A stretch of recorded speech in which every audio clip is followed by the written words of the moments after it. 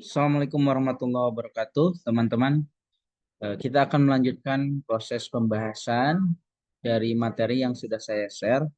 Tidak akan lama, hanya sekilas saja, selebihnya nanti kita bisa diskusi di kelas. Nah, pada kesempatan kali ini kita akan memahami lebih jauh terkait bagaimana kita memahami studi Al-Quran. Kenapa penting? Karena Al-Quran itu bagian dari sumber rujukan umat Islam, bahkan rujukan nomor pertama, kemudian hadis, dan seterusnya. Nah, maka tentu kita harus paham bagaimana cara kita mempelajari dari berbagai pendekatan-pendekatan yang ada untuk memahami Al-Quran lebih dalam. Nah, yang pertama, apa sih yang dimaksud dengan Al-Quran? Al-Quran itu adalah wahyu Allah yang kemudian disampaikan kepada Nabi Muhammad melalui malaikat Jibril, diturunkan secara berangsur-angsur, kemudian diawali dengan surat Al-Fatihah dan diakhiri dengan surat An-Nas dan membacanya bagian dari ibadah. Kenapa aspek ibadah penting untuk disampaikan dalam definisi ini? Karena tidak semuanya bahasa Arab yang kemudian kita baca itu nilainya ibadah, kecuali kalau kemudian yang kita baca adalah Al-Quran. Makanya Allah memberikan apresiasi pada siapa saja yang mau membaca Al-Quran. Man qara'a harfan kitabillah lahu bihi hasanatun. Al hasanatu bi asri amsalihha. Siapa yang mau membaca Al-Quran, nanti pahalanya Allah beri satu, kemudian dikalikan 10. Berarti ketika kita membaca satu huruf dalam Al-Quran, maka pada saat yang sama kita mendapatkan 10 kebaikan. Nah, itulah salah satu bentuk apresiasi Allah yang kemudian Allah akan berikan kepada siapapun yang mau belajar terkait membaca Al-Quran dan memahaminya. Nah, dalam memahami dan belajar Al-Quran, yang pertama ada yang disebut dengan dirosat mafi an-nas. Jadi sesuatu yang dipelajari dari nas-nas Al-Quran. Tapi juga pada saat yang sama ada yang disebut dengan dirosah mahaulal Quran. Pengkajian-pengkajian yang berkaitan dengan Al-Quran, tapi bukan dalam konteks redaksi ayatnya, tapi latar belakang sosiologis yang berkaitan dengan bagaimana Al-Quran itu turun. Misalkan dulu di Jazirah Arab, kayak gimana, kemudian sejarah Al-Quran itu turun kayak gimana, konteks budaya dan sosialnya seperti apa, itu kemudian penting diperhatikan. Nah, di antara mengkaji Al-Quran, perspektif nas itu diantaranya adalah ilmu tafsir yang berkaitan dengan satu ayat dengan ayat yang lain, yang disebut dengan tafsir munasabah. Satu ayat bisa ditafsirkan dengan ayat yang lain. Misalkan contoh, eh, dalam surat Al-Baqarah Allah menjelaskan bahwa ibadah itu berat illa alal khosiin, kecuali bagi orang-orang yang khusyuk.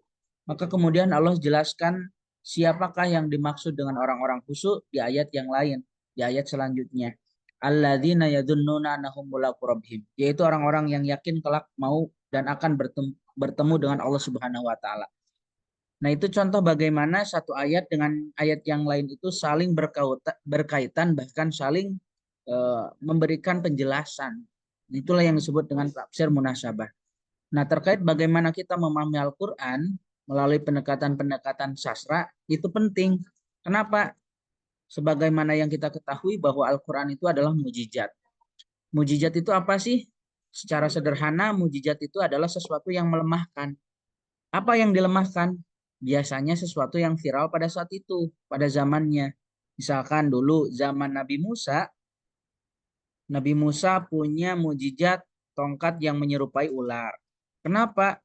Karena pada saat itu yang lagi hits, yang lagi viral gitu, adalah hal-hal yang berkaitan dengan magic, dengan sihir. Maka kemudian muncullah Nabi Musa dengan membawa keajaiban-keajaiban atau mujizat yang kemudian mampu melemahkan sihir-sihir pada zaman tersebut. Ada lagi misalkan Nabi Soleh mampu mengeluarkan unta dari batu. Kenapa? Karena pada saat itu kaum Samud berada pada kemajuan pengelolaan batu ya, di mana batu itu bisa dijadikan sebagai arsitektur lah intinya. Nah, itu contoh bagaimana mukjizat itu akan selalu relevan dengan apa yang hits, dengan apa yang viral pada zamannya. Nah, kenapa mukjizat Nabi Muhammad itu Al-Quran? Karena pada zaman Nabi Muhammad muncul, di antara yang paling ngetren lagi hits itu adalah karya sastra, sajak, syair, dan sebagainya.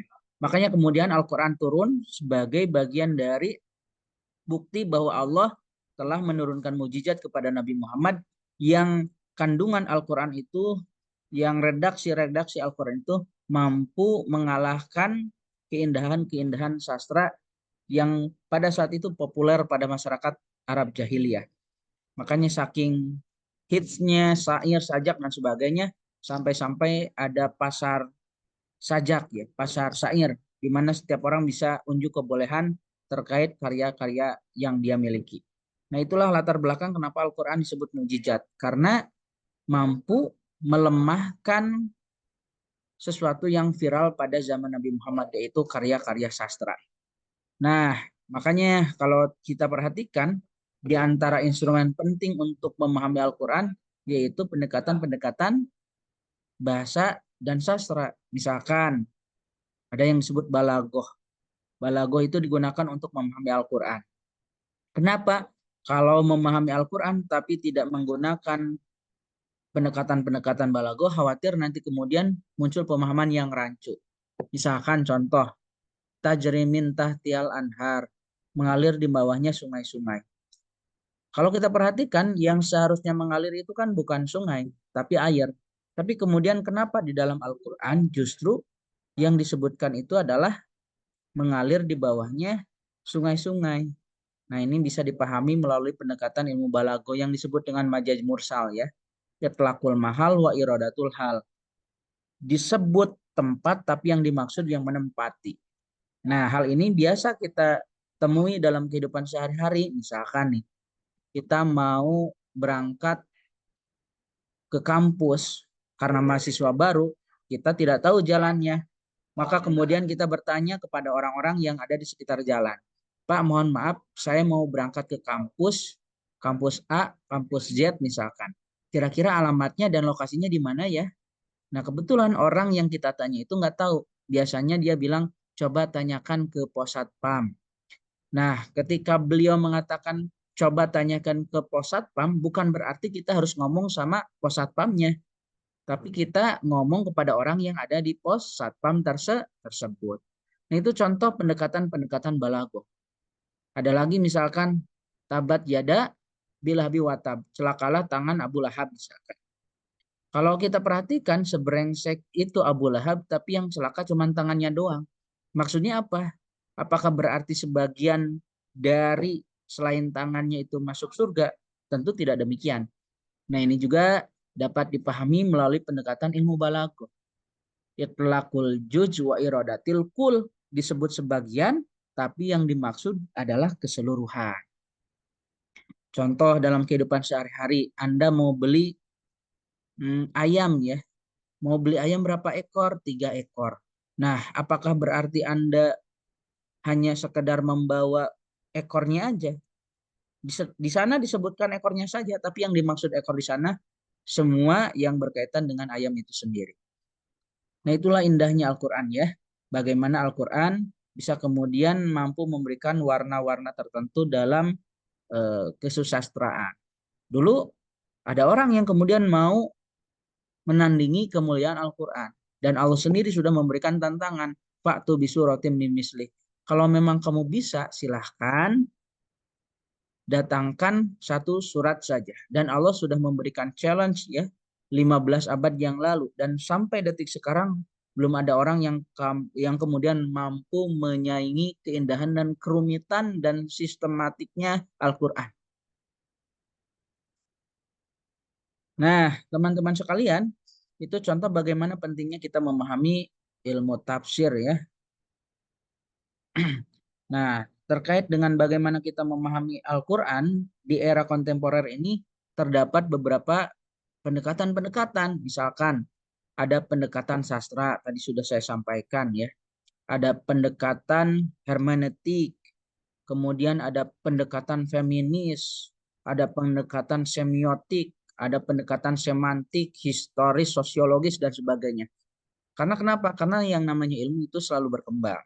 Kalau dulu kita cuma tahu ya tafsir aja, tapi sekarang seiring berkembangnya ilmu pengetahuan, nah maka di perguruan tinggi beberapa ada yang kemudian melakukan pendekatan-pendekatan studi Al-Quran dari berbagai pendekatan tadi yang sudah disampaikan. Nah, selanjutnya untuk jadi mufasir itu ternyata sulit. Tidak setiap orang itu punya kemampuan untuk menafsirkan Al-Quran. Makanya kata Imam Az-Zahabi, kalau teman-teman mau jadi mufasir, yang pertama tentu harus memahami bahasa Arab dan rahasia-rahasianya katanya ya.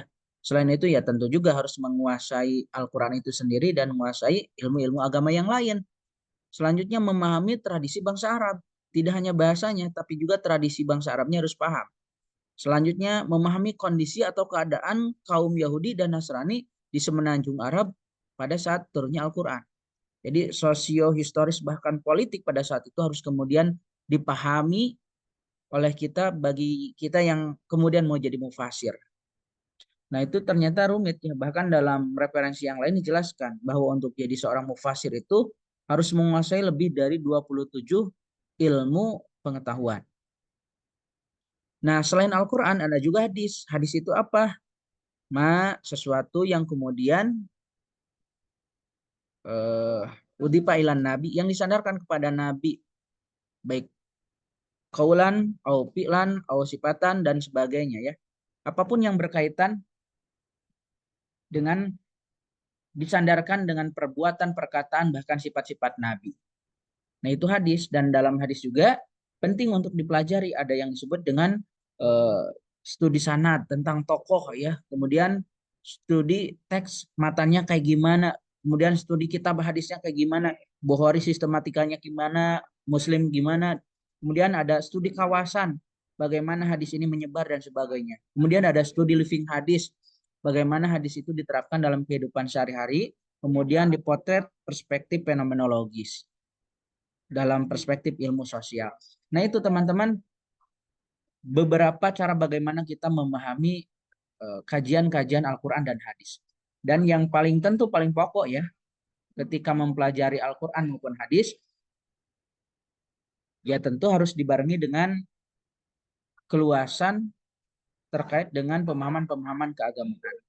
Tadi kalau Al-Quran identik dengan ilmu tafsir biasanya, kalau hadis identik dengan ilmu mustalah hadis. Nah, teman-teman, barangkali itu saja yang dapat saya sampaikan. Selebihnya nanti kita akan diskusi di kelas. Terima kasih dan Assalamualaikum warahmatullahi wabarakatuh.